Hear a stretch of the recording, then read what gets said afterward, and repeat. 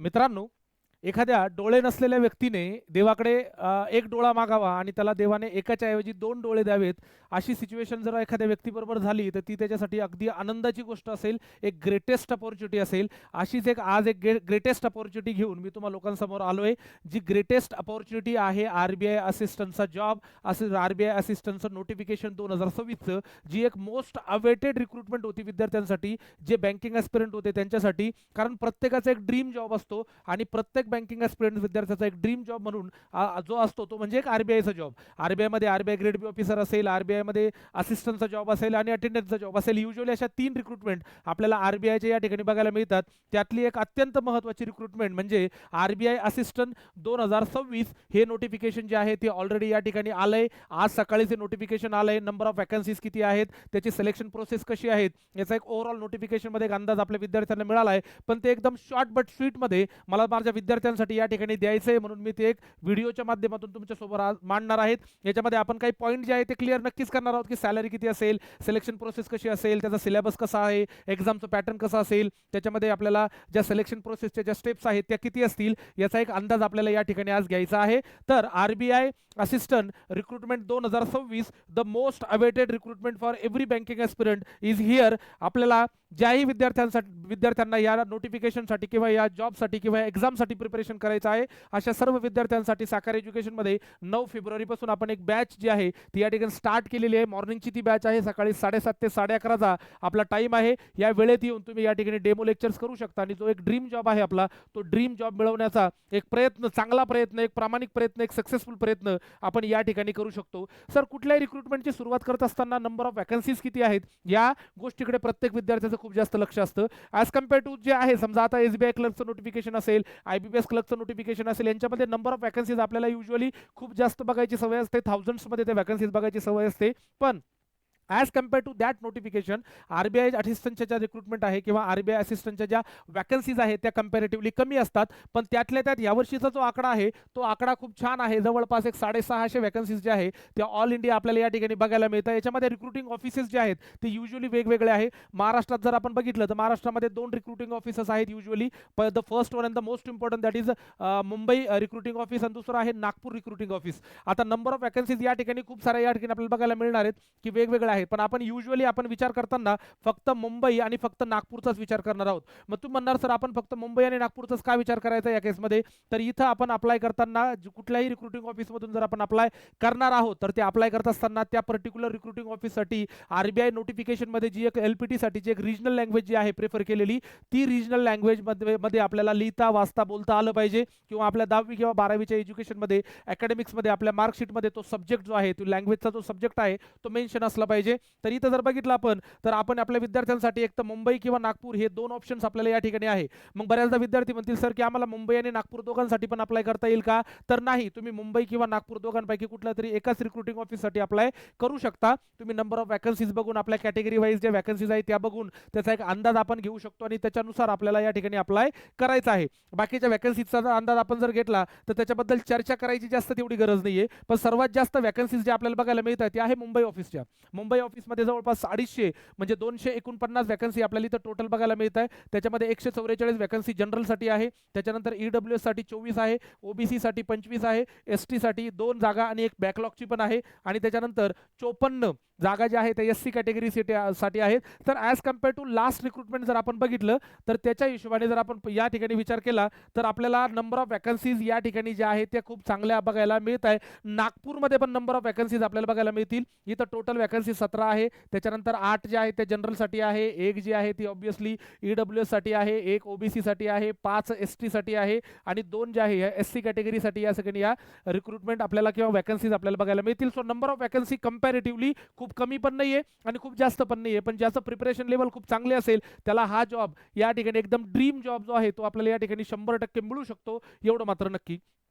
चला पुढे जर आपण आलो सर इम्पॉर्टंट डेट्स. आता सर्वात महत्त्वाचं म्हणजे काय माहिती का, तुम्ही प्रिपरेशन करताय, काही लोक ऑलरेडी प्रिपरेशन करायला लागलेले आहेत, काही लोक आता कदाचित ऍड बघून किंवा रिक्रुटमेंट आली आहे आरबीआय असिस्टंटची ते बघून रिक्रुटमेंटला किंवा त्याच्या प्रिपरेशनला जर तुम्ही या ठिकाणी सुरुवात करणार असाल तर काही डेट्स आहेत, त्या डेट्स आपण या ठिकाणी सेव्ह करायचे. बघा ऍप्लिकेशन तर आजपासून चालू झालंय 16 फेब्रुवारी पासून तर ते 8 मार्च पर्यंत तुम्ही या ठिकाणी अप्लाय करू शकता. प्री आणि मेन्स आपला सिलेक्शन प्रोसेसचा जो क्रायटेरिया आहे त्याच्यामध्ये आपल्याला प्री आणि मेन्स द्यायची. प्रीची एक्झाम जी आहे टेंटेटिव्हली आपल्याला या ठिकाणी 11 एप्रिल 2026 जिथं आपल्याला प्रीची जी डेट आहे ती आपल्याला सेव्ह या ठिकाणी करायची आहे आणि 7 जून 2026 ला आपल्याला या ठिकाणी मेन्स द्यायची. म्हणजे आज जर विचार केला आपण तर 16 फेब्रुवारी ते 16 मार्च 16 एप्रिल म्हणजे आजपासून जर विचार केला तर लगभग अप्रॉक्सिमेटली 2 महिने आपल्याकडे आहेत प्रीसाठी आणि त्याच्यापुढे एप्रिलच्या नंतर मे आणि जून म्हणजे जवळपास अजून त्याच्यापुढे आपल्याला 1 ते 1.5 महिना जो आहे तो आरामात या ठिकाणी मिळेल मेन्सचे प्रिपरेशनसाठी. म्हणजे कंपॅरेटिव्हली जर आजपासून जरी आपण विचार केला तर वेळ आपल्याजवळ भरपूर आहे किंवा वेळ आपल्याजवळ आहे ॲटलिस्ट की आपण त्या पद्धतीने प्रयत्न तरी ॲटलिस्ट करू शकतो. सर अप्लाय करण्यासाठी आपल्याकडे जी वेबसाईट आहे ती वेबसाईट www.rbi.org.in ह्या वेबसाईटला जाऊन आपल्याला अप्लाय करायचं आहे. ॲप्लिकेशनची लिंक आजपासून सुरू झालेली आहे. मी परत एकदा या ठिकाणी रिपीट करतोय. चला पुढे आलोय सर एलिजिबिलिटी काय आहे. आता आरबीआय असिस्टंटचा जर जॉब मला मिळवायचा असेल तर माझ्याकडे काय काय एलिजिबिलिटीज असल्या पाहिजे. एजच्या बाबतीत असेल, एज्युकेशनल क्वालिफिकेशनच्या बाबतीत असेल, काही एक्सपिरियन्सची गरज आपल्याला पडते का याची चर्चा आपण या ठिकाणी करतो. एजच्या बाबतीत जर बघायचं गेलं ना तर एज ॲक्च्युली स्टँडर्ड लेवलला आता जेवढे रिक्रुटमेंट आपण बघतोय क्लेरिकल असिस्टंट कॅडरच्या ज्या रिक्रुटमेंट असतात त्याच्यामध्ये जर आपण बघितलं तर एक 20 वर्ष ते 28 वर्ष हे ओपन कॅटेगरीच्या कॅन्डिडेटसाठीचं एक एज लिमिट आपण या ठिकाणी बघतो. त्याच्यानंतर आपण जर बघितलं की सर SC ST कॅन्डिडेट जे आहे त्यांच्यासाठी आपल्याला 5 वर्षाचं रिझर्वेशन या ठिकाणी मिळतं. म्हणजे up to the age of 33 year तो विद्यार्थी तो कॅन्डिडेट या ठिकाणी अप्लाय करू शकतो. ओबीसी कॅटेगरी जर तुम्ही बिलॉंग करत असाल तर तुम्हाला 20 पासून तो वयाच्या 31व्या वर्षापर्यंत अप टू 31 इयर कारण 3 वर्षाचं एक रिझर्वेशन आहे ते पण आपल्याला या ठिकाणी बघायला मिळेल. त्याच्यानंतर PWD कॅन्डिडेट जर तुम्ही असाल तर जनरल कॅटेगरीच्या कॅन्डिडेटला 28च्या पुढे 10 वर्ष, ओबीसी कॅटेगरीचा कॅन्डिडेट जर असेल तर 31च्या पुढे 13 वर्ष आणि त्याच्यानंतर जर समजा आपल्याला SC किंवा ST कॅटेगरीचा असेल तर त्याची जी एज लिमिट आहे त्याच्या 15 वर्षाचं रिझर्वेशन जे आहे ते युजली या ठिकाणी आपल्याला बघायला मिळेल. एक डेडलाईन पण त्यांनी आपल्याला दिलेली असते की कॅन्डिडेटची जी जन्मतारीख आहे किंवा जी डेट ऑफ बर्थ आहे ती 2 म्हणजे 2 फेब्रुवारी 1998च्या अगोदरची नसावी आणि 1 फेब्रुवारी 2006च्या नंतरची नसावी. मी असे बरेच विद्यार्थी बघितलेले ज्यांची 4-4, 5-5, 6-6, 10-10 दिवसांनी त्यांची जी हे आहे डेट ऑफ बर्थ जी आहे ती मिस झालेली आहे. So kindly check your date of birth की तुमची डेट ऑफ बर्थ जर ह्या in between this date of birth जर येत असेल you are suppose to be eligible, तुम्ही त्या परीक्षेसाठी अप्लाय करू शकता. चला पुढे आलोय सर एजच्या बाबतीत बघून झाल्याच्या नंतर सर्वात महत्त्वाचा मुद्दा असतो तो असतो educational qualification. As on 1 February 2026 तो विद्यार्थी जो आहे तो ग्रॅज्युएशन त्याचं झालेलं असलं पाहिजे. ग्रॅज्युएशनचं डेट जी आहे पासिंगची डेट ती त्याची आपल्याला फॉर्म भरण्याच्या अगोदर आपल्याकडे असली पाहिजे. त्याच्यामुळे ॲज ऑन 1 फेब्रुवारी 2026 तुमचं ग्रॅज्युएशन झालेलं पाहिजे. पण इथं त्यांनी सांगितलंय की जर तुम्ही समजा 50% जी एक अट आहे त्यांनी यावेळेस या ठिकाणी टाकलेली आहे की तुम्हाला ग्रॅज्युएशनमध्ये ॲग्रिगेट 50% ऑफ द मार्क या ठिकाणी पाहिजे. तुम्ही जर समजा SC कॅटेगरी असाल किंवा ST कॅटेगरी असाल, SC ST कॅटेगरी आणि PWD जर असाल तर तुम्हाला फक्त पास क्लास या ठिकाणी लागणार आहे पास. पण तुम्ही जर समजा ओपन OBC EWS जर असाल तर minimum 50% of the aggregate mark should be there for the graduation. ही एक रिक्वायरमेंट आपल्याला या ठिकाणी पाहिजे. बऱ्याचदा काही विद्यार्थ्यांचं जे आहे ना खूप क्लोज आलेलं असतं, पर्सेंटेज जे आहे ना खूप क्लोज आलेलं असतं, तिथं त्यांनी क्लिअरली दिले की तुम्हाला 49.99% जरी मार्क असतील तरी it is treated as less than 50%. मतलब जर तुम्ही ओपन OBC किंवा EWSचं कॅन्डिडेट आहे आणि तुम्हाला पर्सेंटेज समजा ॲग्रिगेट 49.99% आहे तरीही तुमचं ते ॲग्रिगेट 50% मानलं जाणार नाही आणि तुम्हाला ऑफिशियली त्या परीक्षेसाठी अप्लाय करता येणार नाही. हे मात्र आपल्या लक्षात या ठिकाणी ठेवायचं आहे. म्हणून स्पेशली मी या ठिकाणी ठेवलंय. चला पुढे आलो सर स्कीम ऑफ सिलेक्शन जे आहे स्कीम ऑफ सिलेक्शनच्या बाबतीत जर सांगायचं झालं तर खूप साऱ्या एक्झाम्स वर्षभरामध्ये होतात. त्या एक्झाम्सचा विचार जर आपण केला ना तर सिरियसली तुम्हाला सांगतो आरबीआय असिस्टंटचा जो प्रीचा पेपर आहे तो एक चॅलेंजिंग पेपर असतो. कारण प्री काढणं हा खूप जास्त महत्त्वाचा चॅलेंज आपल्याला या ठिकाणी फेस करावा लागतो. पण काइंडली जस्ट जर आपण त्याच्या बाबतीत जर विचार केला तर तुम्हाला सांगतो आरबीआय असिस्टंटचा जो पेपर आहे तो मुळात खूप जास्त सोपा या ठिकाणी असतो ॲज कम्पेअर टू बाकी एक्झाम्स जे आपण या ठिकाणी बघतो त्याच्या कंपॅरिझनमध्ये. हां एक मात्र आहे की सर कट ऑफ त्याच्यामुळे जास्त लागतो. येस ऑब्विसली पेपर जर इझी असेल तर कट ऑफ जास्त लागेल, पेपर जर डिफिकल्ट असला तर कट ऑफ कमी लागतो. ह्या दोन गोष्टी युजली पॅरलल असतात, त्याच्यामुळे त्याचा जास्त विचार आपल्याला या ठिकाणी करायचा नाही.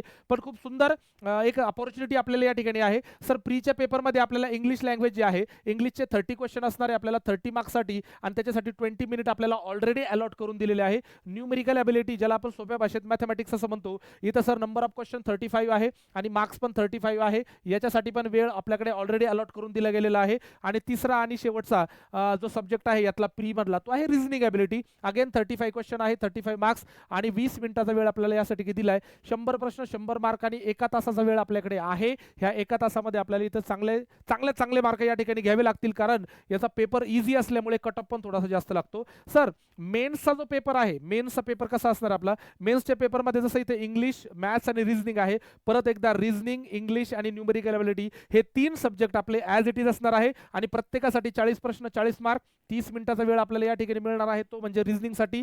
त्याच्यानंतर इंग्लिश लँग्वेज जर बघितला आपण तर 40 प्रश्न आहे, परत एकदा 40 मार्कसाठी. याच्यासाठी पण 30 मिनिटाचा वेळ आपल्यासाठी अलॉट करून दिलाय.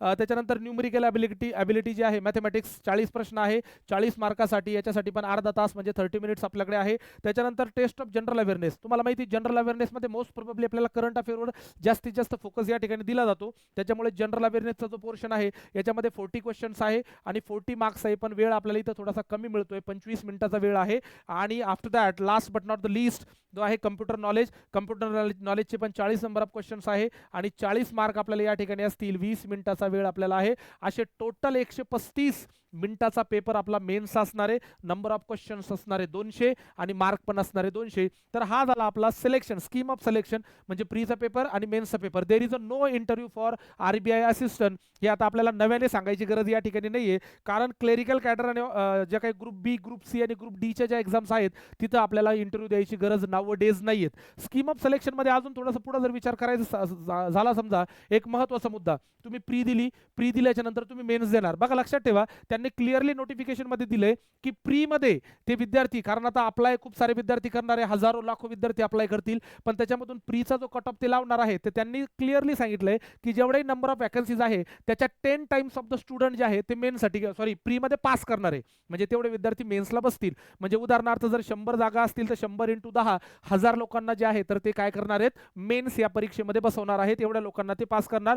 10 times approximately 10 times of the number of the vacancies subjected to availability जे आहे, ज्या पद्धतीची अवेलेबिलिटी आहे नंबर ऑफ वॅकन्सीजची, त्याच्या 10 टाइम्स ते काय करतील, प्रीमध्ये क्वालिफाय करतील मेन्ससाठी. आणि एकदा ज्यावेळेस तुम्ही मेन्सला जाणार, मेन्सला त्यांनी क्लिअरली सांगितलंय की जेवढे वॅकन्सीज आहेत त्याच्या 2 टाइम्स ऑफ द कॅन्डिडेट जे आहे तर ते LPT साठी क्वालिफाय करतील, कारण जेवढ्या नंबर ऑफ वॅकन्सीज आहेत तेवढेच लोक LPTला नाही घेणार. जर LPTला ते जे नंबर ऑफ वॅकन्सीज आहेत त्याच्या डबल विद्यार्थी ते घेतील, कारण LPT दरम्यान जर काही विद्यार्थी जर डिस्क्वालिफाय झाले तर त्यांना ऑलरेडी त्यांनी त्या पद्धतीने विद्यार्थी त्या ठिकाणी बोलवलेले असतात. पण लक्षात ठेवा, अल्टिमेटली जो रिझल्ट आपला लागणार आहे तो मेरिट वाईजच लागणार आहे, कारण LPT ही फक्त क्वालिफाईंग नेचरची असणार आहे, पण एकाच जागेसाठी 2 लोक ते त्या ठिकाणी अवेलेबल ठेवतील आणि त्यासाठी ते LPT साठी बोलवतील. अशा पद्धतीचं हे कॅल्क्युलेशन आपलं आजपासून असलं पाहिजे की 650 वॅकन्सीज जर असतील तर आपल्याला प्रीसाठी किती लोकांच्या आतमध्ये यायचे, किती लोकांमध्ये आपण आलो पाहिजे, मेन्सला एका जागेसाठी 2 लोक जर आपल्याला ते घेत असतील तर त्याच्यामध्ये यायचे, हे कॅल्क्युलेशन आपलं युजुअली असलं पाहिजे. अशा पद्धतीने हे स्कीम ऑफ सिलेक्शनमध्ये हा पण पॉईंट एक महत्त्वाचा लक्षात ठेवायचा आहे.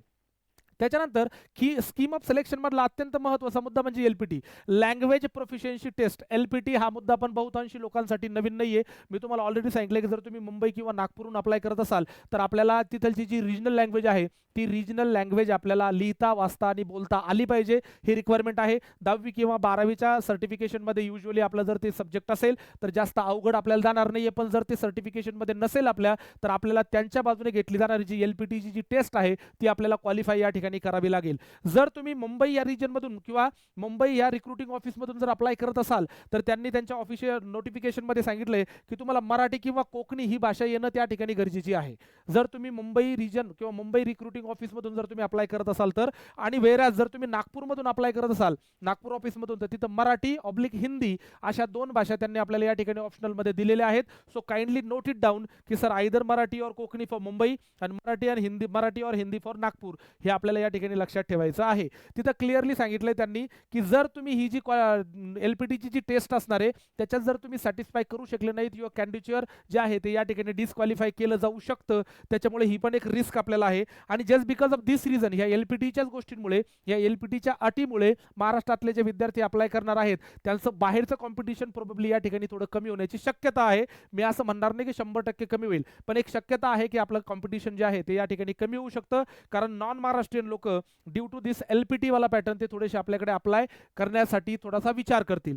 Sir salary structure, the ultimate motivation जे असतं प्रत्येकाचं तो जॉबचं ते हेच असतं की मला मॅक्झिमम सॅलरी, जास्तीत जास्त पगार मला या ठिकाणी मिळावा. मी फक्त एक ओव्हरऑल सॅलरी स्ट्रक्चरबद्दल या ठिकाणी बोलतोय, पण याच्या व्यतिरिक्त जे काही पर्क्स अँड बेनिफिट जे असतात त्या सॅलरी स्ट्रक्चरचे, तर सॅलरी स्ट्रक्चरबद्दल की एका RBI असिस्टंटला ओव्हरऑल किती सॅलरी मिळते त्याच्याबद्दल मी नंतर तुम्हाला थोडक्यात एक छोटासा एक व्हिडिओ बनवून 2 मिनिटाचा बनवून टाकणार आहे. त्याच्यामध्ये तुम्हाला क्लिअरली सांगणार आहे मी कोणाला किती किती काय काय काय काय पॉईंट्स या ठिकाणी मिळणार आहेत. पण overall according to the notification जर आपण बघितलं तर तुमचा बेसिक पे जो आहे आता सध्याचा तो 29,000 आहे. म्हणजे त्याच्यामध्ये आपले TA DA बाकीच्या ज्या काही गोष्टी आहेत त्या जर ॲड आपण केल्या तर एक 58,514 ही सॅलरी अप्रॉक्सिमेटली त्यांनी आता सांगितलेली आहे. पण लक्षात ठेवा ही विदाऊट HRA आहे.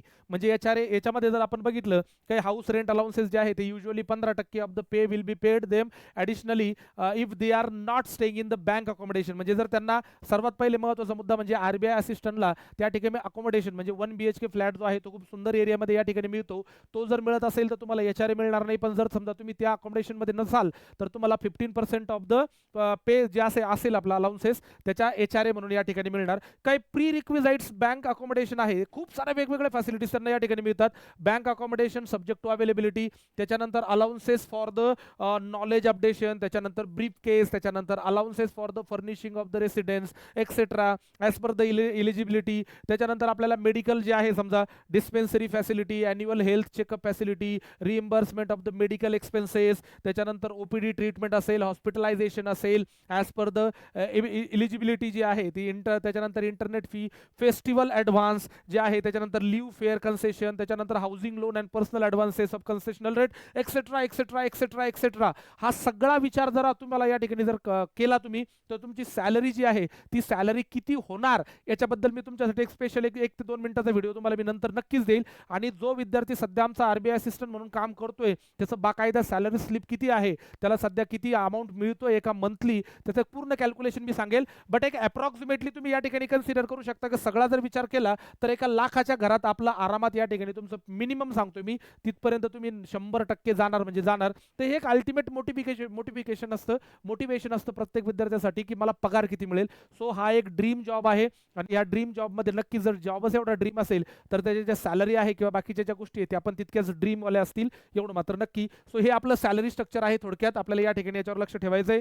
ॲक्च्युली सॅलरी स्ट्रक्चरचा विचार आपल्याला नंतर करायचा आहे. सर्वात पहिले महत्त्वाचा मुद्दा असतो just get the selection out of it is okay. Sir याच्यासाठी जी फीस आहे आता एवढा सुंदर किंवा भारी जर जॉब आपल्याला मिळत असेल तर एवढा विचार कोणी करत नाही. पण युजली आमच्या विद्यार्थ्यांसाठी आम्हाला ते सांगावं लागतं की जर तुम्ही SC ST PWG किंवा एक्स सर्व्हिसमॅन कॅन्डिडेट असाल तर फक्त ₹50 प्लस 18% GST हे तुमची जे आहे तर फीस असणार आहे. आणि त्याच्यानंतर तुम्ही जनरल OBC किंवा EWS असाल तर तुम्हाला 450 प्लस 18% जे GST आहे ते तुम्ही या ठिकाणी देऊ शकतात. आणि जर कोणी RBIचा स्टाफ असेल तर RBIच्या स्टाफसाठी मात्र तो कुठल्याही प्रकारची फीस या ठिकाणी द्यायची गरज नाहीये. अशा पद्धतीचे फी स्ट्रक्चर आपलं आहे. याच्यापेक्षा जास्त बोलायची गरज आय डोंट थिंक सो. आता बघा एक्झामिनेशन सेंटर जे आहेत हे एक्झामिनेशन सेंटर ॲक्च्युली जे आहे ना तर आपण ज्या रिक्रुटिंग ऑफिसमधून अप्लाय करतो ना अकॉर्डिंग टू दॅट आपल्याला दिले गेलेले आहे. तुम्ही जर मुंबई रिजनमधून किंवा मुंबई ऑफिसमधून जर अप्लाय करत असाल तर तुम्हाला जे सेंटर्स या ठिकाणी दिलेले प्रीचे आणि मेन्सचे त्यापैकीच कुठलं तरी सेंटर आपल्याला सिलेक्ट करावं लागेल. तुम्ही जर मुंबईसाठी अप्लाय करताय आणि तुम्ही समजा बाहेर जर राहत आहे सध्या कुठेतरी, जर समजा फॉर एक्झाम्पल तुम्ही UP किंवा बिहारमध्ये असाल, कामानिमित्त तिकडे असाल, कुठेतरी जॉईन असाल आणि तुम्ही जर अप्लाय करत असाल मुंबईमधून तर तुम्हाला सेंटर पण घेताना ज्या पद्धतीची लिस्ट मी तुमच्या समोर या ठिकाणी दिलेली आहे या लिस्ट पैकीच तुम्हाला सेंटर्स या ठिकाणी चूज करावे लागतील. हे रिक्रुटिंग ऑफिस मुंबईसाठीचे जे काही सेंटर्स आहे त्याच्यामध्ये बघा छत्रपती संभाजीनगर आहे, धुळे, जळगाव, कोल्हापूर आहे, लातूर, नांदेड आहे, मुंबई, ठाणे, नवी मुंबई MMR रिजन असेल, नाशिक, पुणे, राजकोट, सांगली, त्याच्यानंतर सातारा, सोलापूर, सुरत, बारडोली याच्याबद्दल तुम्हाला आयडिया आहे. हे ॲक्च्युली गुजरातमध्ये आहे. आणि पणजी आणि मापुसा हे जे आहेत हे 2 सिटी जे आहेत ह्या आपल्याला गोवामध्ये आपल्याला बघायला मिळतात. हे जे सेंटर्स आहेत आपले हे प्रीचे सेंटर आहेत. आता तुम्ही जिथून अप्लाय करताय, मुंबईमधून अप्लाय करताय, तर तुम्ही ज्या ठिकाणी आता सध्या राहताय त्यातलं सर्वात नियरेस्ट जे काही सेंटर आहे ते सेंटर आपण प्रीसाठी या ठिकाणी चूज करू शकतो. वेअरॅज मेनसाठी पण छत्रपती संभाजीनगर, धुळे, जळगाव, कोल्हापूर असेल, नांदेड, मुंबई, ठाणे, नवी मुंबई, MMR रिजन असेल, नाशिक, पुणे असेल, राजकोट, सुरत, बारडोली असेल आणि त्याच्यानंतर पणजी असेल. सर हे आपले मेन्सचे सेंटर्स आहेत फॉर दोज कॅन्डिडेट जे रिक्रुटिंग ऑफिस मुंबईमधून अप्लाय करत आहेत अशा लोकांसाठी.